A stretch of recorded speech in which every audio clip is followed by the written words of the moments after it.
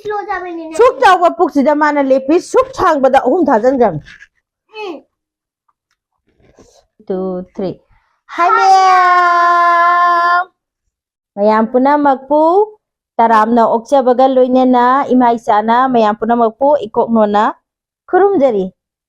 Maya Magi videos like, share, subscribe, bell icon, all of the Mayam all of the tawgadava like, share, subscribe, bell icon adu gaida namaga skip Tawdabida yengbiyo. Aduga Mayam I taraf sida kaheba. Aigi side tagi. Kenong pizage. Heart. Ado mayam ngasigi imai chana pujara iba mathense leg piece ni leg piece ngakta ngaubani kai yaugda bida fry tawbani ada yen thongba haina su adum lobi ba yare wait ado ngasigi mubang request mubang ne khwaigi ahan bada request tawbirak pase aigi inaw Satyajit huyam na haibirapani che leg piece ngakta oina chabiru ona haire ado leg piece sida leijare inaw na request tawbirakpagi adagi mathangda ko akoigi inaw henthoi na haibire ko che yen thongba chabiru o magi address leifam kairau haibire adagi third ta request tawbirakpase request che magi maming se paru na haibire ko che yen thongba natraga tawba chabiru on hai inaw ahum jigi damaktani pujara ise imai chana ngasi pujaraga pukam apak pasida thanna hapaga sana thebi pukam apak pasida thanna hapaga pujara ise ado mimi singju chabiru jo haiba yaubane ba sigi da ko ado adugi damaktani mayam ngasi gi kano tawjara ise pujara ise ado mayam da wari khara haira musana eta hauri se kamai teino Chaning bai Ma'am, ngasi aina mubangda yam haiba yaroreba kaiba mi amana na engoda se bottle da thonjaleba adugina mamana haira dum tok adum kaiba nga wangang leiradi si kaiba thallaga haying blast oiganina aduga na Sunday da ko hoy mayam ma haise gyan tabra yengbiyo aduga ne Sunday da ne akhoi ne game sana doine ba noi dine excited oibra yes or no man haise sine ba maje school ja sana bada magi friends amana bottle do na thengakpada khadang da thengre dai aina haiba wa yam ngangano wa yam ngangadi khadang da amu hena chawna pongkhala ani haiba adugi ni man haise adudigi wangang da bida anu tawon aina haiba ado mayam leg piece se sausu saure pujara ise imai jata khaina ba tawjara ge ina ohungi request ni kuirab ba yawe ba request taw buje ko ado matam do mayam haibira ko mayam si yam banina ne matam amakhat musire mimi gi masala jiga tawbanina fadigom je hujikan thokpa fadigom si amna hawba oiba to eba ko gi yumlom daga maraga yawraga phukpagi mapan da sato ke ga haipe ka tawbo leidana ko aduga su thoi sana nang da mimi do haipe paibi ro mamai morok sina ha khazana kit na ma chaga da banata di mayam na haira ani stela nang mobang yawra anu nang kano taw den haijarak sani adu dia te adu ta di kit na ma chaga da ba ma je mobang je aina ya hondri jang hagai ma kano taw da bai kobi si ka tawaga nang lai cha thar ba nang chari do lai cha tha doi je khangde da lai je yen cha ba lai ra adegi mana masing cha ba lai ra su khangdre gyan ta dre ado ngasigi aigi kano se mana masingi ai vegetable gi oina oidre aduna mayam kano tawba isininaw mayam na aidi sabi da ba imai ben ikurai ton mayam ahalla man leidana ko ado waro bi ba yade video se mayam haidi achaba kharagi su sada ba kharagi su mayam gi apamba khara mayam na mayamna request tawbirakpado adudo adum khara makhaide dum tawjadaba yajadaba nina adugi pujarakpani warau biroi hana khalle ko ado ai sidaista laigi khitang thadoksage ko ado aina thariba laise chicken chaba laira chadaba laira du su khangdre ado ꯑꯆꯥꯕ ꯂꯥꯏꯅ ꯆꯥꯖꯔꯅꯤ ꯆꯥꯗꯕ ꯂꯥꯏꯅ ꯇꯣꯛꯆꯔꯅꯤꯀꯣ ꯑꯗꯨꯗꯤ ꯃꯍꯤꯁꯨ ꯁꯤꯗ ꯂꯩꯔꯦ ꯒꯖꯔ ꯃꯆꯥ ꯑꯃꯁꯨ ꯍꯥꯞꯄꯤ ꯁꯤꯡꯖꯨ ꯇꯣꯞꯄꯩ ꯈꯨꯠꯁꯦ ꯅꯩꯁꯟꯒꯦ ꯀꯥꯟꯄꯣꯠꯇꯦ ꯁꯤꯅ ꯍꯦꯟꯅ ꯃꯍꯥꯎ ꯂꯩꯅꯤ ꯕꯪ ꯕꯪꯒ ꯀꯥꯔꯦ ꯃꯌꯥꯝ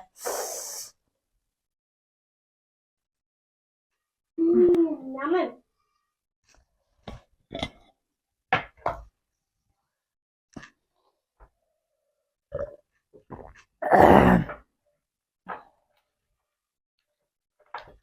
ꯀꯩꯅꯣꯁꯤꯒꯤ ꯁꯤꯒꯤ ꯉꯧꯕꯒꯤ ꯍꯥꯏꯐꯦꯠ ꯃꯥꯒꯤ ꯃꯀꯨꯝꯗꯣ ꯁꯤꯗ ꯊꯝꯕꯅꯤꯀꯣ ꯑꯗꯣ ꯃꯌꯥꯝ ꯀꯩꯅꯣ ꯍꯥꯟꯅ ꯂꯧꯈꯠꯆꯒꯦ ꯃꯤꯃꯤ ꯁꯤꯡꯖꯨ ꯍꯥꯟꯅ ꯂꯧꯈꯠꯁꯦ ꯃꯌꯥꯝ ꯑꯗꯨꯗꯤ ꯑꯅꯧꯕ ꯌꯦꯡꯕꯤꯕ ꯏꯆꯤꯟ ꯏꯅꯥꯎ ꯃꯌꯥꯝ ꯑꯣꯏꯇꯥꯔꯗꯤ ꯅꯨꯡꯁꯤꯕꯤꯗꯨꯅ ꯀꯩꯁꯥꯝꯒꯤ ꯚꯤꯗꯤꯑꯣꯁꯦ ꯀꯩꯁꯥꯝꯒꯤ ꯌꯨꯇꯨꯕ ꯆꯦꯅꯦꯜꯁꯤꯕꯨ ꯚꯤꯗꯤꯑꯣꯁꯦ ꯌꯦꯡꯕ ꯂꯣꯏꯔꯀꯥꯟꯗ Like, share, subscribe. ꯚꯤꯗꯤꯑꯣꯁꯦ ꯅꯨꯡꯉꯥꯏꯕꯤꯕ ꯇꯥꯔꯗꯤ ꯂꯥꯏꯛ ꯇꯧꯕꯤꯔꯝꯃꯣ ꯁꯕꯁꯀ꯭ꯔꯥꯏꯕ ꯇꯧꯕꯤꯔꯝꯃꯣ ꯁꯤꯌꯔꯁꯨ ꯇꯧꯕꯤꯌꯣ ꯏꯆꯥꯅꯨꯄꯤ ꯌꯥꯝ ꯀꯟꯅ ꯅꯝꯃꯤ ꯁꯤ ꯈꯤꯇꯪ ꯂꯩꯊꯣꯛꯑꯁana Ay, nangi pida tangni. Sorry Tangni habi nate. Tayni habani. ꯁꯦ ꯃꯌꯥꯝ ꯑꯍꯥꯟꯕꯒꯤ ꯃꯤꯃꯤꯒ ꯀꯣꯕꯤꯒ ꯇꯧꯕꯁꯦ ꯑꯝꯇꯪ ꯏꯟꯖꯔꯛꯀꯦ ꯁꯦꯝꯇ ꯑꯩꯈꯣꯏ ꯁꯨꯕ ꯀꯤꯆꯟ ꯏꯇꯥꯅ ꯏꯜꯂꯛꯄꯗ ꯆꯥꯕꯗ ꯑꯩꯈꯣꯏ ꯄꯨꯛꯀ ꯄꯤꯛ ꯄꯤꯛ ꯊꯜꯂꯦ ꯃꯥꯅ ꯁꯦ ꯃꯌꯥꯝꯁꯦ ꯅꯣꯏ ꯆꯥꯅꯤꯡꯕꯒꯩ ꯅꯪ ꯈꯨꯠꯅ ꯄꯦꯟꯅꯕ ꯂꯧꯔꯣ ꯍꯥꯏꯕꯗ ꯁꯦ ꯌꯥ ꯀꯥꯊꯣꯛꯑꯣ ꯃꯌꯥꯝ ꯁꯣꯝꯗ ꯑꯣꯏꯅ ꯅꯝꯖꯟꯒꯦ ꯑꯗꯨꯒ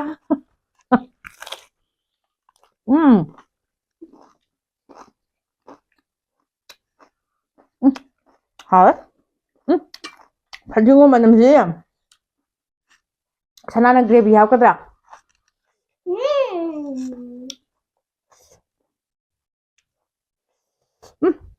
ꯅꯞ ꯂꯥꯎꯔ ꯀꯩꯁꯥꯝꯒꯤ ꯀꯩꯅꯣꯁꯦ ꯉꯧꯕꯁꯦ ꯍꯥꯎꯋꯦ ꯁꯅꯥꯀꯣ ꯌꯝꯃꯤ Yummy is yummy. Possible is possible. ꯂꯥꯞꯃꯟꯗꯅ ꯃꯤꯠꯁꯦ ꯎꯗꯕꯥꯟ ꯑꯅꯣꯛ ꯌꯥꯎꯗꯕꯩ ꯃꯌꯥꯝ ꯂꯧꯈꯠꯆꯔꯒꯦ ꯆꯥꯈꯣ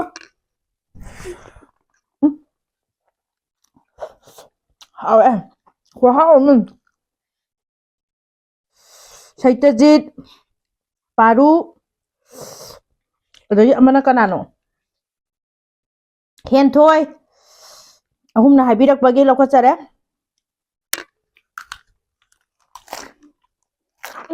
I didn't know but your favorite nano in the juice stories, eh? Correct me.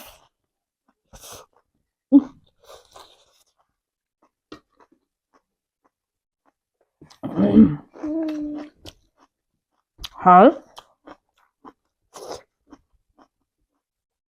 ꯃꯤꯃꯤꯁꯤ ꯌꯥꯝ ꯋꯥꯅ ꯊꯤꯖꯔꯛꯀꯗ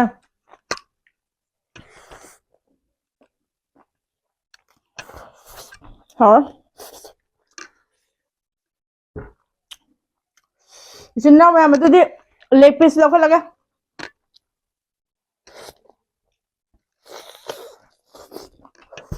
Tinda tayo. Tu.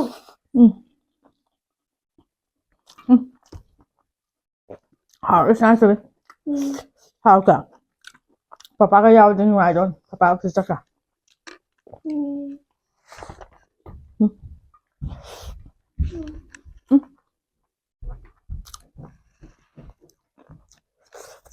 볼래? 남잔나 보나 보다. 하오래.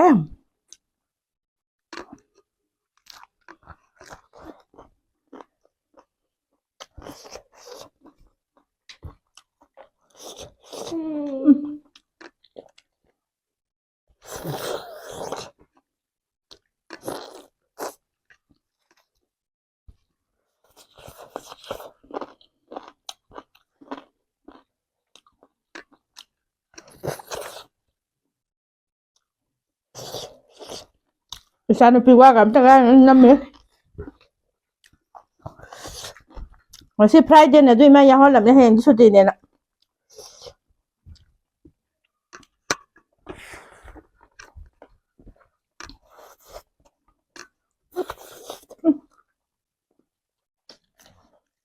되게 sana 하위 해? 하위 quá.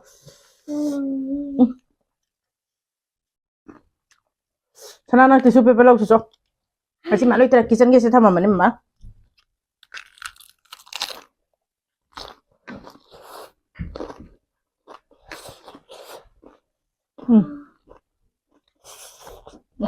นั่นใครจะจุ่มมีแห่ ยิ้มเลย 자기 참 어쩌장 이거 컨절라.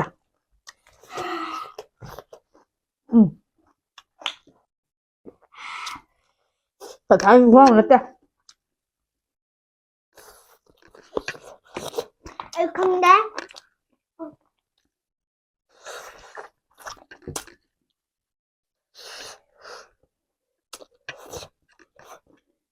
ไอ้คงเนี่ยมาม่า 그래, 그럼. ไอ้คงเนี่ยมาม่ามังงะชิคกันจะจ้างมันด้วยไอ้คงเนี่ย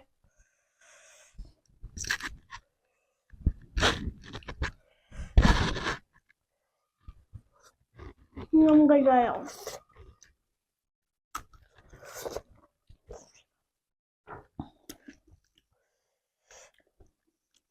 고롱고롱 짱게. 아하고 사람이네.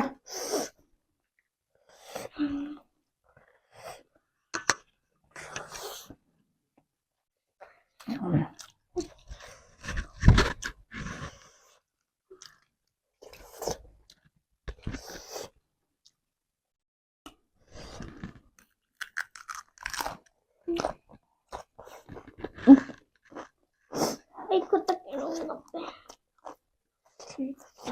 Ilong na pe. Chan nè. hả?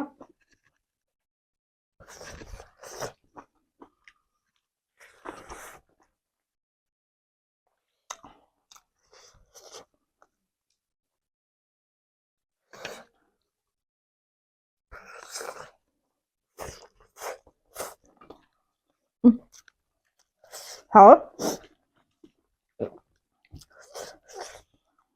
nấm nấp lòng của sao chưa sticky hả nó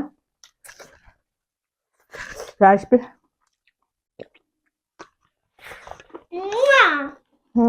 Love it. rất là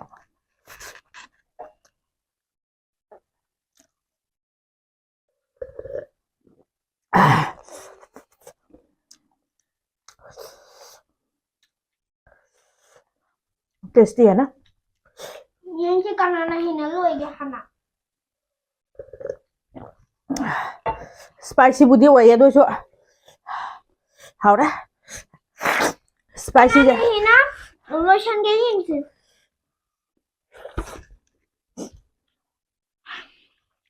Ano niya? I need a look.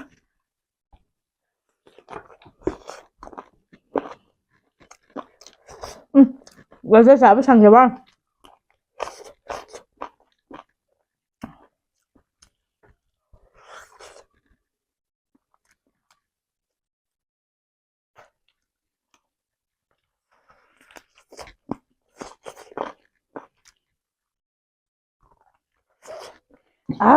pani pil xin thọ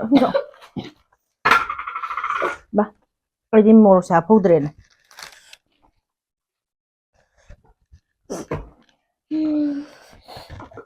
जो भी हारेगा उसको मिलेगा मोरक और punishment अखोई निदि challenge सु तौजना challenge तौबसु नतना हयेंगी हाइबरे है ai ani chaba man ani chaba chaman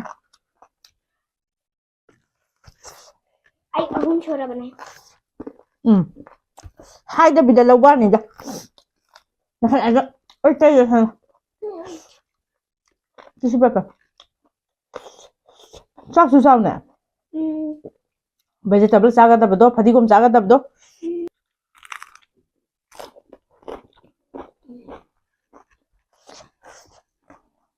मैं हम नोई दहाने इंजर के mà thấy ta thu lưỡi nuôi ra hành giờ là kìa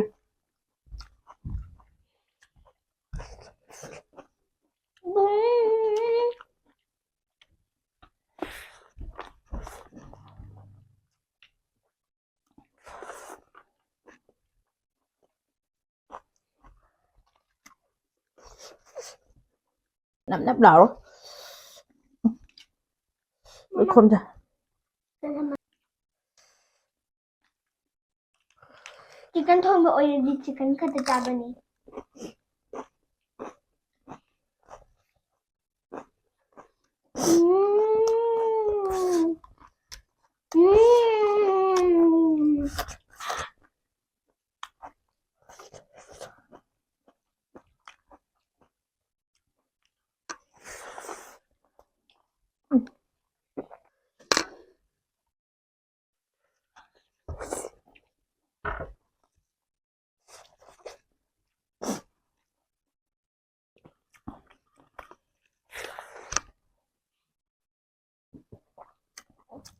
चलो वो सारा पैसा बा मुझे ठंडा पानी चाहिए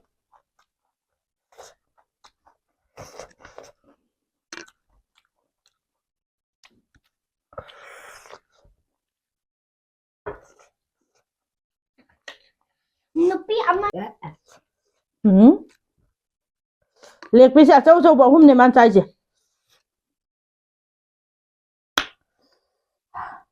थल्ले ए पुकसे अइबो अहुम जबदा थल्ले हैबा ना तोंगा लोय मही दादरे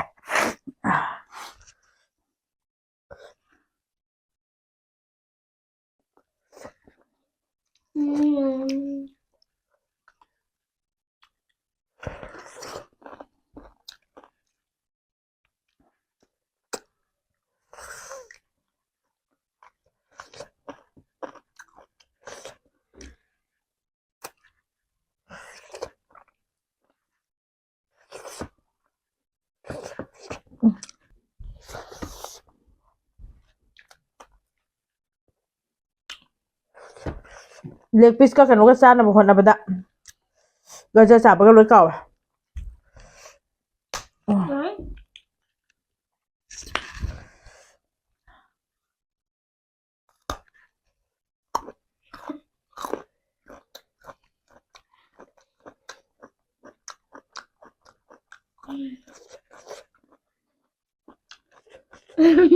चो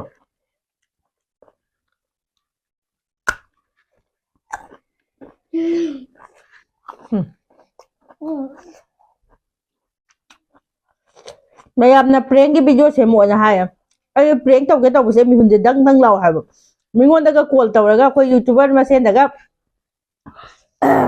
फोन तौगे का खनबजे खन खलगा मी हुंजे दंग दंग लाव हाय तौगम दे हाय याम हाय हाय इचिन नाव मयम तौनाइ जे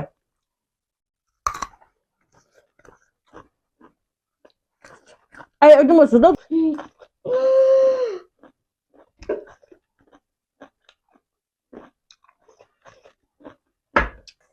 cho mình lên xem nào phụng nào đi ngắm rồi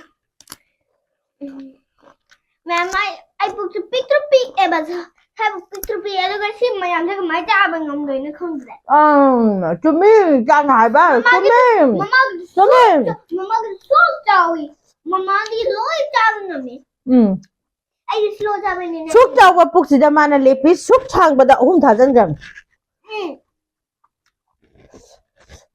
ở đây sim mà lao ra được bơ hấp ra